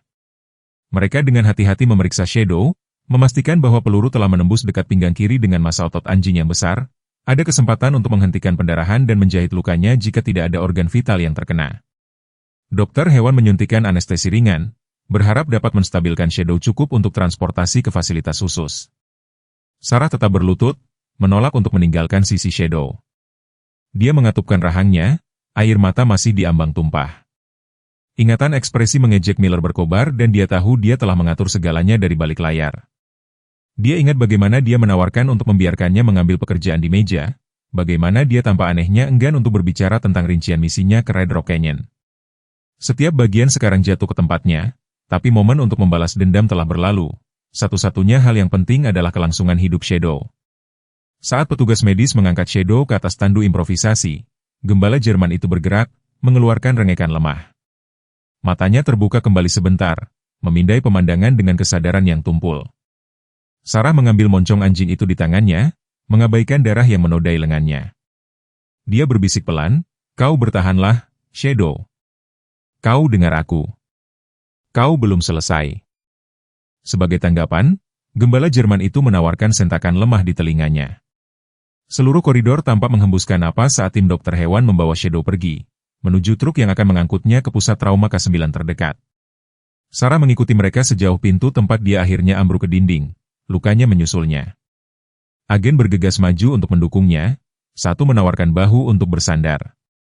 Dia menolak untuk dibawa ke rumah sakit, namun tidak sampai dia melihat Shadow dimuat dengan aman. Akhirnya, mesin transportasi menderu untuk hidup, keluar dari kompleks dengan sirene berkedip. Sarah tetap berada di halaman berdebu, keringat dan air mata bercampur di wajahnya. Di atas kepala, awan mulai pecah, memungkinkan cahaya bulan tumpah di pos yang babak belur. Dia memejamkan mata, menghirup udara malam gurun yang segar, hatinya sakit, dengan campuran amarah dan rasa syukur. Di belakangnya, Maria mendekat dengan tenang, meletakkan tangan lembut di punggung Sarah. Dia dalam tahanan, katanya, merujuk pada Miller. Kami telah memborgolnya. Pemerintah federal akan ingin menanyainya segera. Sarah mengangguk kaku, masih menatap jalan tempat transportasi hewan itu menghilang. Dia mencoba mengubur kebenaran, katanya, suaranya keras. Dia hampir membunuhku, menjual stasiun ke kartel, tapi tragedi sebenarnya adalah Shadow harus menerima peluru untukku. Ekspresi Maria mengeras, tapi dia menawarkan anggukan hormat. Kami akan melakukan segala yang kami bisa untuk melihat keadilan ditegakkan, janjinya. Kemudian, setelah jeda singkat, dia menambahkan, kau juga harus istirahat, Sarah. Biarkan dokter memeriksamu. Kelelahan menerjang masuk seperti gelombang nakal. Dia memberi Maria senyum lemah. Sebentar lagi, bisik Sarah, biarkan aku berdiri di sini bernapas sedikit lebih lama. Hari-hari berikutnya adalah kaburnya wawancara, pemeriksaan medis, dan pembaruan cemas dari rumah sakit hewan. Shadow telah selamat dari operasi darurat tetapi tetap dalam kondisi kritis. Peluru itu telah meleset dari organ vitalnya beberapa milimeter, tetapi kehilangan darah dan trauma sangat parah. Dokter hewan dengan hati-hati optimis, namun Sarah tidak bisa menghilangkan rasa takut dingin yang melilit hatinya setiap kali dia berpikir untuk kehilangan dia. Dia menghabiskan berjam-jam di klinik hewan duduk di samping kandang Shadow, berbicara dengan lembut kepadanya, meskipun dia sangat terbius. Staf akhirnya membawa tempat tidur untuknya, mengakui bahwa dia tidak akan pergi. Itu selama salah satu malam jaga ini, ketika klinik sepi dan dunia di luar gelap, Maria datang berkunjung. Dia membawa pakaian segar, kopi yang layak, dan folder arsip terselip di bawah lengannya. Bagaimana keadaannya? Tanya Maria, mengangguk ke arah Shadow. Stabil, jawab Sarah, suaranya serak karena tidak digunakan. Demamnya turun pagi ini. Dokter hewan mengatakan itu pertanda baik. Maria mengangguk, lalu ragu-ragu. Dia sepertinya menimbang kata-katanya dengan hati-hati. Aku telah melakukan beberapa penggalian, katanya akhirnya tentang Shadow, chip di bahunya. Kami mendapat pemindaian yang tepat.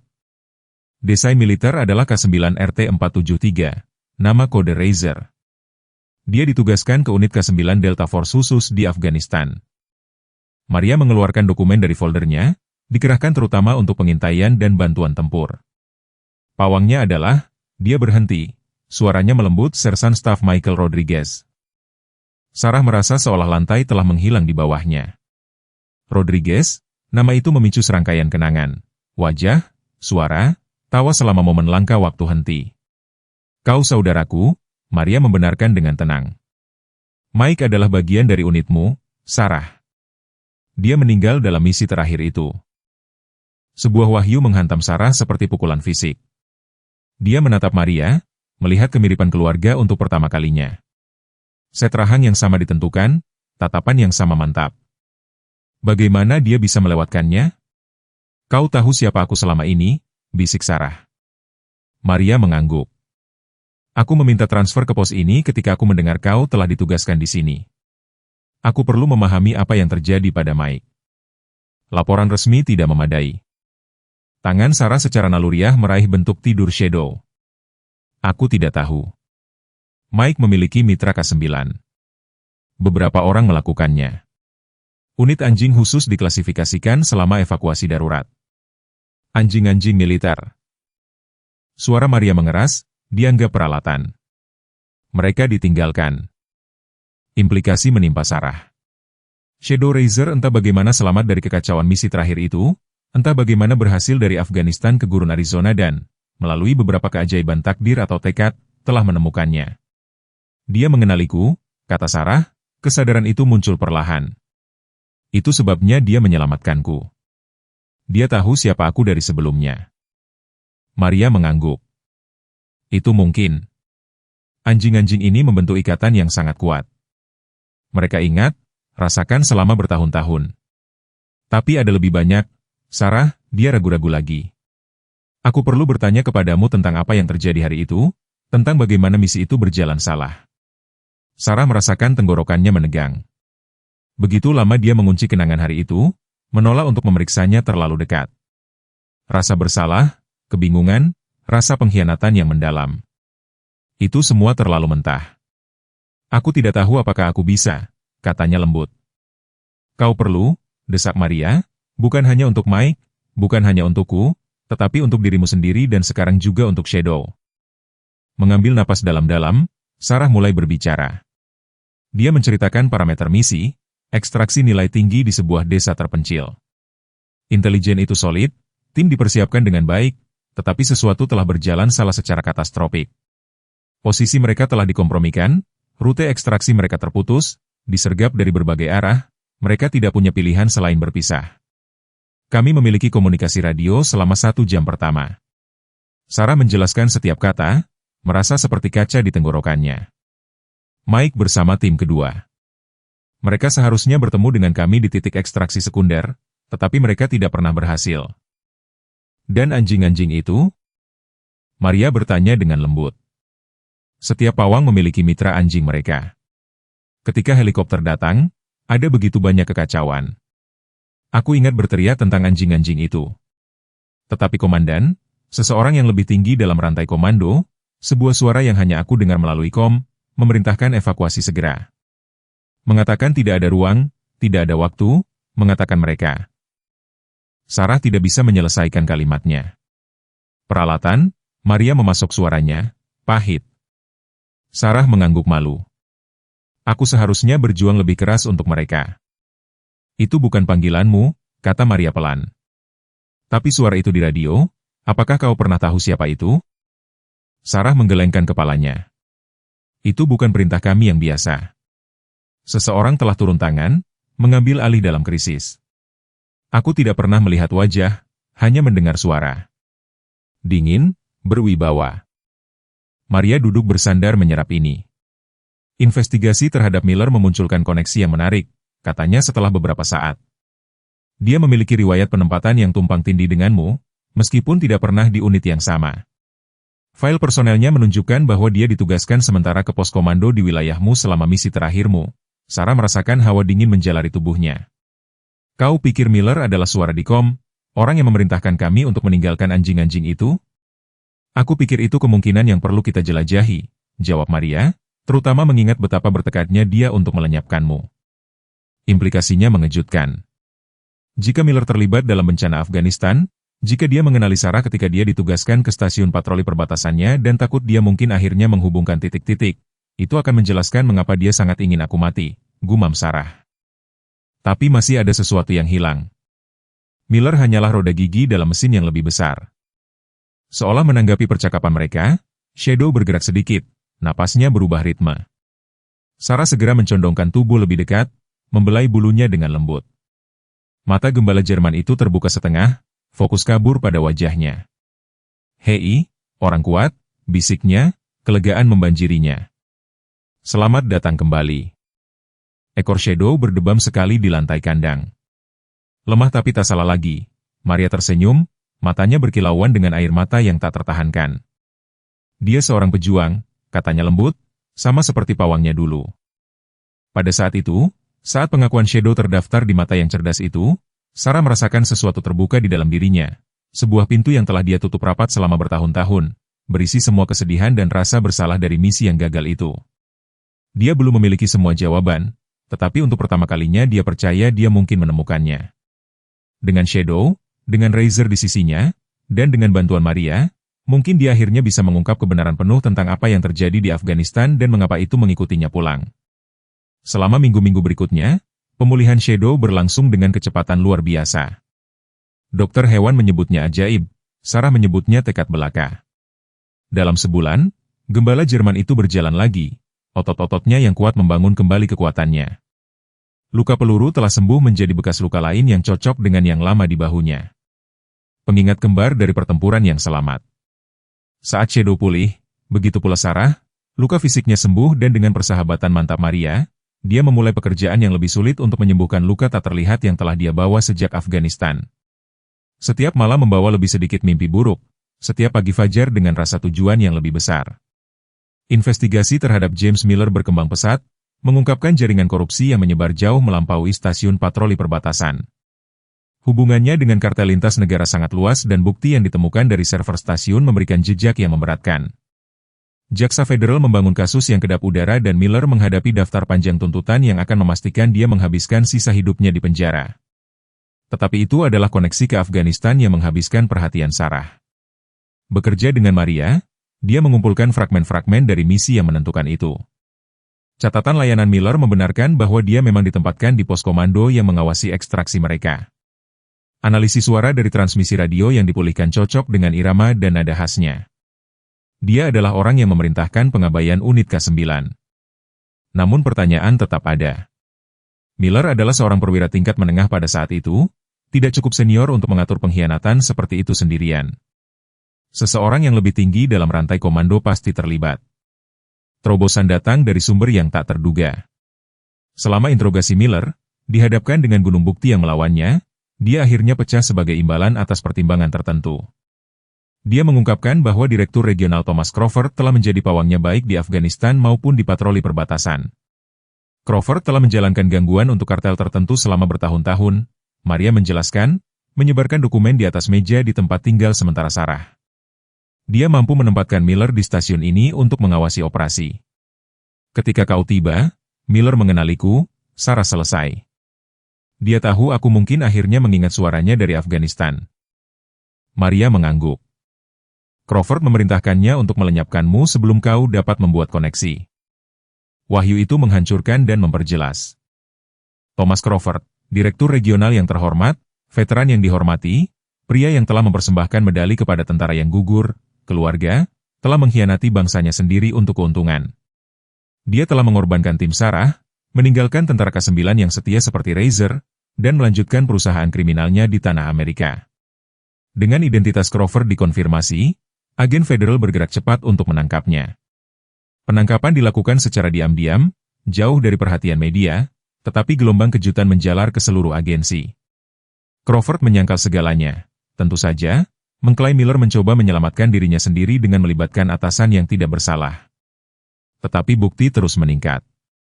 Catatan keuangan menunjukkan setoran yang tidak dapat dijelaskan, log telepon mengungkapkan komunikasi dengan rekan kartel yang dikenal dan, yang paling memberatkan dari semua, dokumen rahasia dari operasi Afghanistan telah diubah di bawah otorisasinya. Parameter misi diubah pada menit terakhir, menempatkan tim Sarah langsung dalam bahaya. Saat kasus terhadap Crawford menguat, Sarah fokus pada misi yang berbeda. Dengan Shadow, yang pulih sepenuhnya dan secara resmi diidentifikasi sebagai K9 Militer Razor, dia mengajukan petisi untuk mendirikan unit perbatasan K9 khusus. Proposalnya menguraikan bagaimana anjing terlatih dengan benar dapat menavigasi medan gurun yang menantang, memberikan perlindungan kepada agen, dan mendeteksi perdagangan manusia dan narkotika dengan efisiensi yang tak tertandingi. Anjing-anjing ini bukan hanya peralatan, dia berpendapat dengan penuh semangat dalam presentasi formalnya. Mereka mitra. Mereka pantas mendapatkan rasa hormat dan perawatan yang sama seperti yang kita berikan kepada petugas manusia manapun. Yang mengejutkannya, proposalnya disambut dengan dukungan antusias. Terutama setelah kisah kepahlawanan Shadow bocor ke beberapa outlet berita, sentimen publik berayun kuat di belakang ide tersebut, terutama ketika rincian muncul tentang anjing-anjing militer yang ditinggalkan di luar negeri. Direktur regional yang baru ditunjuk, seorang wanita yang tegas tetapi adil bernama Eleanor Winters, memberikan restunya kepada program tersebut. Agen Walker, unit perbatasan K9-mu memiliki persetujuan sementara untuk uji coba 6 bulan. Lakukan dengan baik. Sarah melakukan lebih dari sekadar mewujudkannya. Dengan Shadow sebagai mitra dan model pelatihannya, dia membangun unit yang dengan cepat menjadi iri sektor lain. Lebih luar biasa lagi, intelijen yang dikumpulkan melalui saluran militer mengidentifikasi beberapa mantan anjing layanan lain yang entah bagaimana selamat dari pengabaian mereka di Afghanistan dan menemukan jalan mereka ke berbagai bagian Amerika Serikat. Seperti Shadow, mereka membawa chip subdermal khas yang mengkonfirmasi identitas mereka. Melalui jaringan veteran dan pawang anjing, Sarah menemukan 3 dari anjing-anjing ini. Seekor Malinois Belgia bernama Delta, seekor gembala Belanda bernama Viper, dan seekor gembala Jerman bernama Ranger. Semua menunjukkan pelatihan luar biasa yang sama, kecerdasan yang sama anehnya yang dimiliki Shadow, dan semua membawa bekas luka layanan dan kelangsungan hidup mereka. Sepertinya mereka menemukan jalan pulang, komentar Maria saat mereka menyaksikan anjing-anjing itu berlatih bersama. Gerakan mereka disinkronkan dengan presisi yang hampir supernatural. Melawan segala rintangan, hari pengadilan militer Crawford tiba tanpa banyak gembar-gembor. Sarah bersaksi tentang misi, tentang suara di radio yang telah menghukum rekan satu timnya dan anjing-anjing setia mereka sampai mati. Dia berbicara tentang penampilan ajaib Shadow di gurun dan kesetiaannya yang tak pernah gagal, dan dia menggambarkan malam serangan di stasiun, ketika Shadow sekali lagi menempatkan dirinya di antara dia dan sebuah peluru. Crawford duduk tanpa ekspresi selama kesaksiannya, tetapi matanya menunjukkan sedikit pengakuan ketika Shadow disebutkan. Pengadilan menyatakan dia bersalah atas semua tuduhan. Hukuman akan dijatuhkan kemudian, tetapi semua orang tahu dia tidak akan pernah melihat kebebasan lagi. Saat Sarah meninggalkan ruang sidang, dia menemukan Shadow menunggu di lorong, duduk dengan sikap sempurna di samping Maria. Telinga anjing German Shepherd itu tegak ke depan di sisinya dan ekornya menyapu lantai yang dipoles sekali. "Hai, partner," kata Sarah lembut, berlutut untuk memeluknya. "Sudah selesai, kita berhasil." Shadow menekan moncongnya ke bahunya, sebuah gerakan yang sudah menjadi kebiasaan di antara mereka, kenyamanan yang diberikan dengan bebas dan diterima dengan penuh rasa syukur. Di matanya yang gelap, Sarah melihat bukan hanya kecerdasan tetapi juga pengertian. Anjing ini yang telah melakukan perjalanan lintas benua untuk menemukannya, yang telah menyelamatkan nyawanya berulang kali, yang telah membantunya menyembuhkan luka, baik fisik maupun spiritual. Saat mereka berjalan bersama di bawah sinar matahari Arizona yang cerah, Sarah merasakan kedamaian yang sudah lama tidak dia rasakan. Masa lalu tidak dapat diubah, tetapi dapat dihormati. Yang hilang tidak dapat dikembalikan, tetapi dapat dikenang. Dan terkadang, jika kamu sangat beruntung, kamu dapat menemukan keluarga di tempat yang paling tidak terduga, bahkan dalam wujud seekor anjing German Shepherd yang penuh bekas luka pertempuran yang menolak untuk ditinggalkan. Di senja kehidupan kita memahami apa yang benar-benar penting. Kisah Sarah dan Shadow mengingatkan kita bahwa kesetiaan melampaui kata-kata, bahwa penyembuhan datang dari tempat yang tidak terduga. Banyak dari kita tahu pengabaian, baik kita merasa dilupakan oleh masyarakat setelah bertahun-tahun mengabdi, diabaikan oleh perubahan zaman atau hanya ditinggalkan saat dunia melaju ke depan. Kita telah melewati badai kita sendiri, membawa bekas luka tak terlihat kita seperti Shadow. Kita telah dicap sebagai peralatan yang berguna sampai kita tidak berguna, dibuang saat dibutuhkan. Tetapi anjing German Shepherd ini yang melintasi benua untuk menemukan Sarah, menunjukkan kepada kita apa yang sudah kita ketahui dalam hati kita. Nilai sejati tidak ditentukan oleh orang lain. Nilaimu tidak berkurang seiring bertambahnya usia atau perubahan keadaan. Kamu penting. Pengalamanmu penting, kesetiaanmu penting. Di dunia yang cepat membuang yang usang, ingatlah bahwa ikatan terdalam sering terbentuk di saat-saat terberat dalam hidup, seperti Sarah menemukan keluarga dan seorang gembala yang penuh bekas luka yang menolak untuk dilupakan. Kamu juga memiliki tujuan yang melampaui label. Kamu bukan apa yang dikatakan masyarakat, kamu adalah apa yang telah kamu selamatkan, apa yang telah kamu bangun dan, yang terpenting, siapa yang telah kamu cintai di sepanjang jalan. Saya harap kamu menikmati cerita hari ini. Berlangganan ke saluran ini agar kamu tidak melewatkan lebih banyak cerita seperti ini. Tinggalkan suka dan komentar di bawah tentang apa yang kamu pikirkan tentang cerita ini. Sampai jumpa di video berikutnya.